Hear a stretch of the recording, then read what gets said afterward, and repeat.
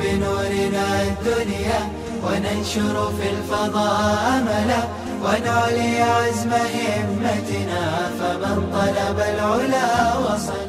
السلام على سيد الأنبياء والمرسلين سيدنا وحبيبنا وحبيب رب العالمين محمد وعلى آله وأصحابه ومن هدى بهديه إلى يوم الدين.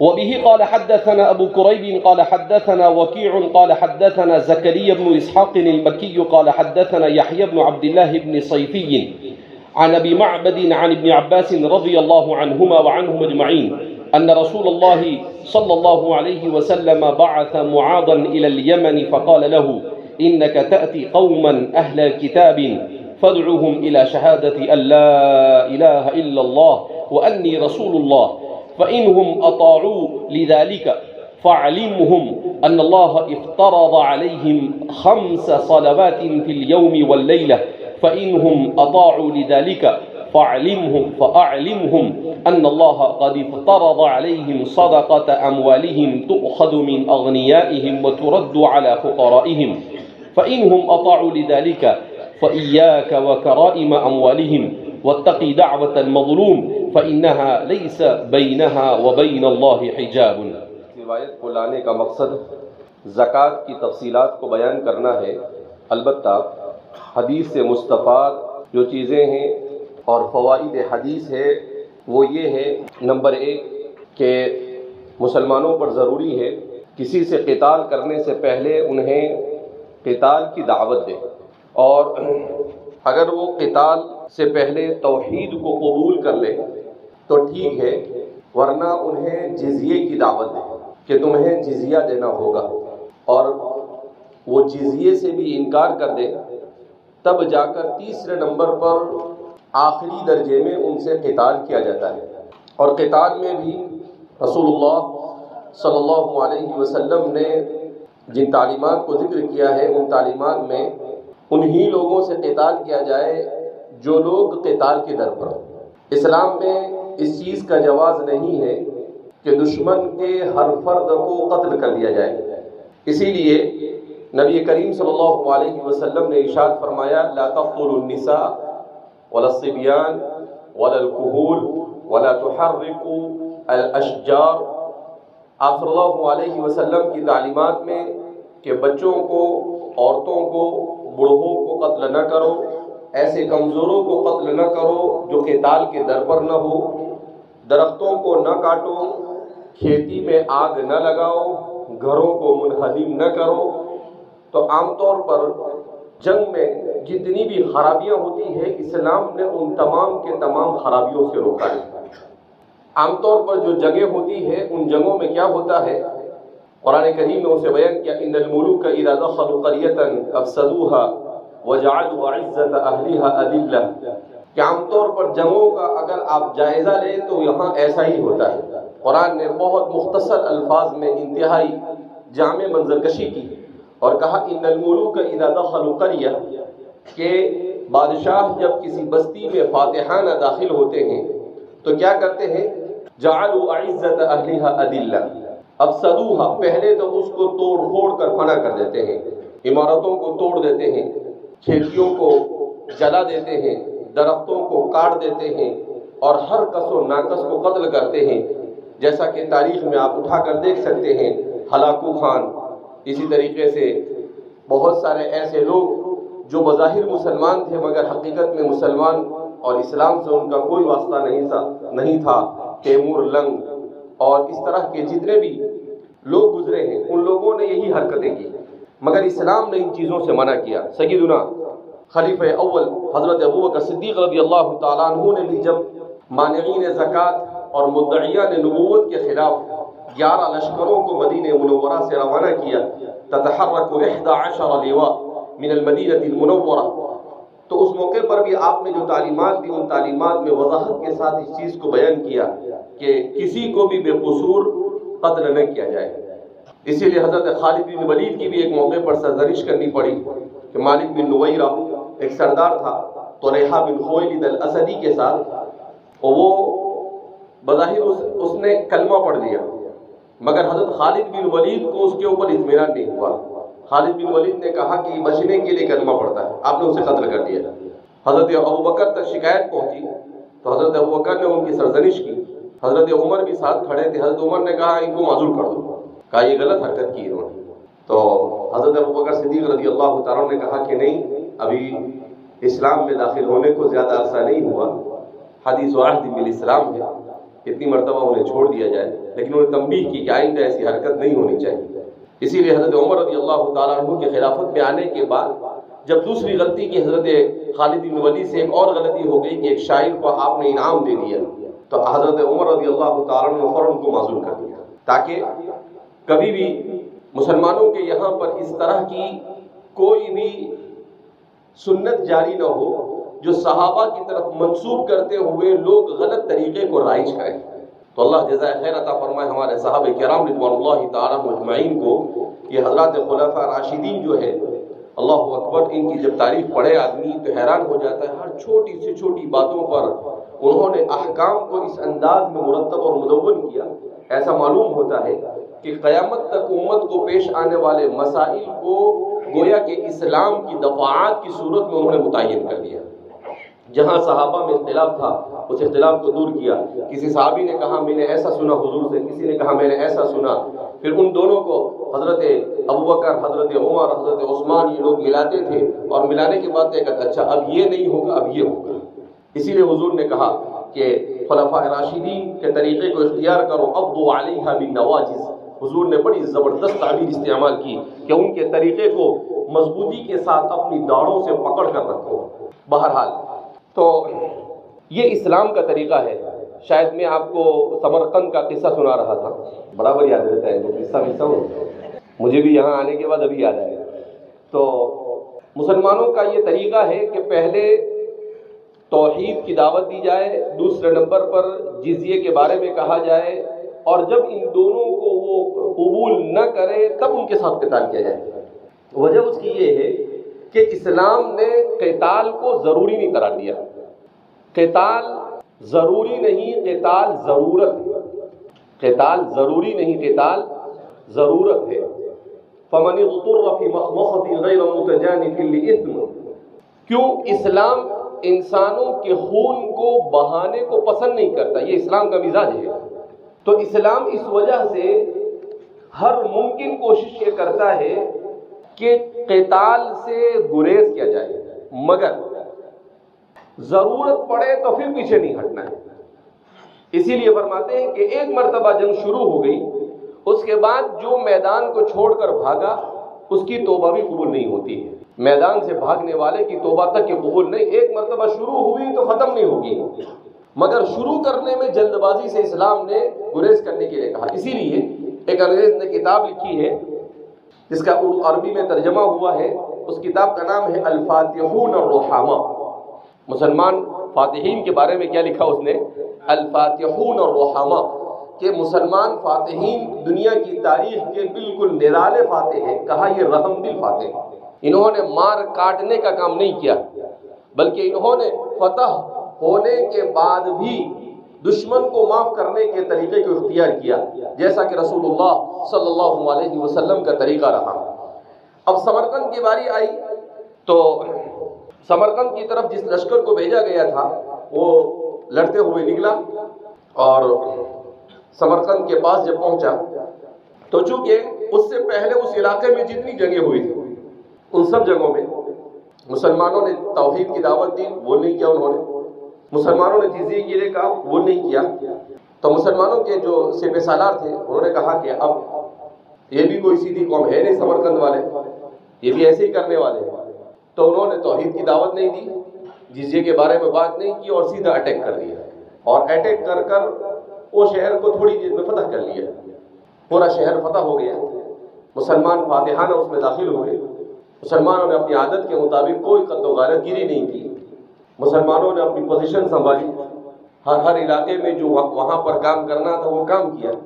اب جب مسلمانوں کے ساتھ وہاں کے اس وقت کے مذہب، جس مذہب کے بھی ماننے والے رہ رہے تھے، ان کو پتا چلا کہ ان کے مذہب میں تو جنگ کا یہ طریقہ ہے.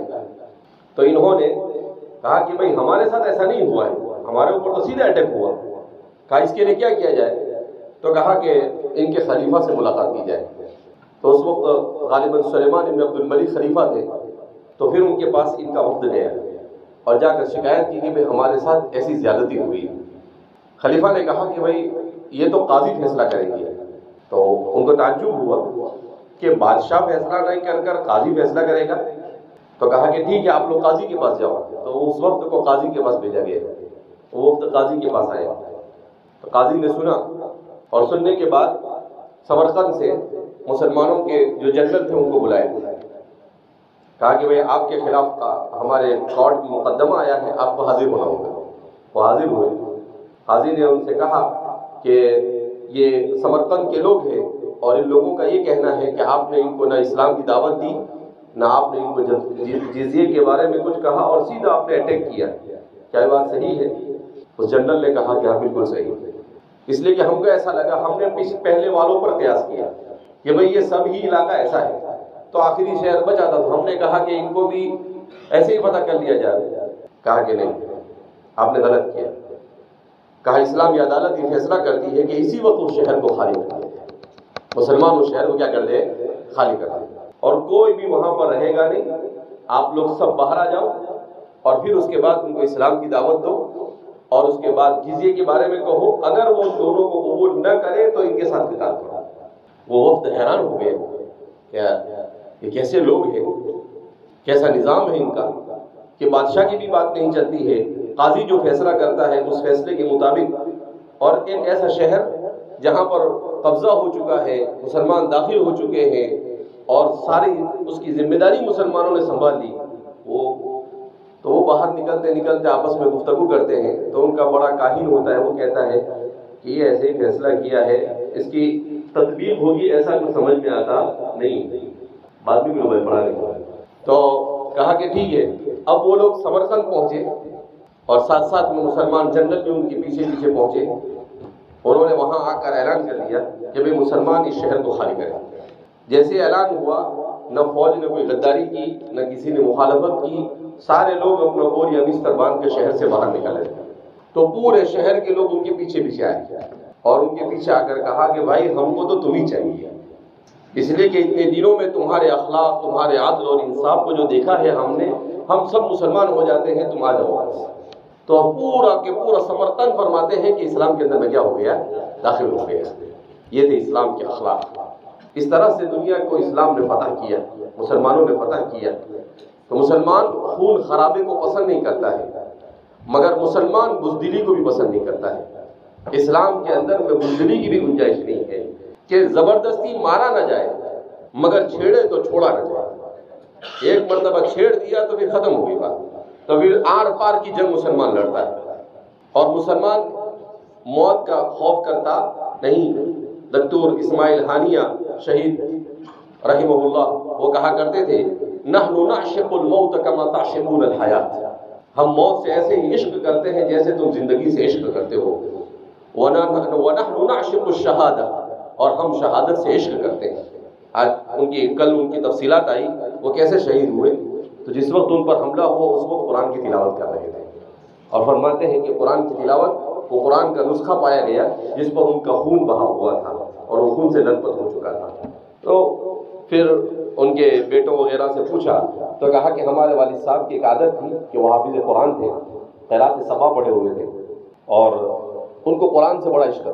کہا جہاں فرصت ملتی تھی، جب کوئی کام نہیں ہوتا تھا تو وہ قرآن ہی پڑھتے رہتے تھے، اس کے علاوہ ان کا کوئی مشغلہ ہوتا تھا نہیں۔ حدیث پاک میں رسول اللہ صلی اللہ علیہ وسلم کا ارشاد ہے، تموتون کما تحیون وتحشرون کما تموتون، کہ تمہیں ایسے ہی موت آئے گی جیسی زندگی گزارو گے۔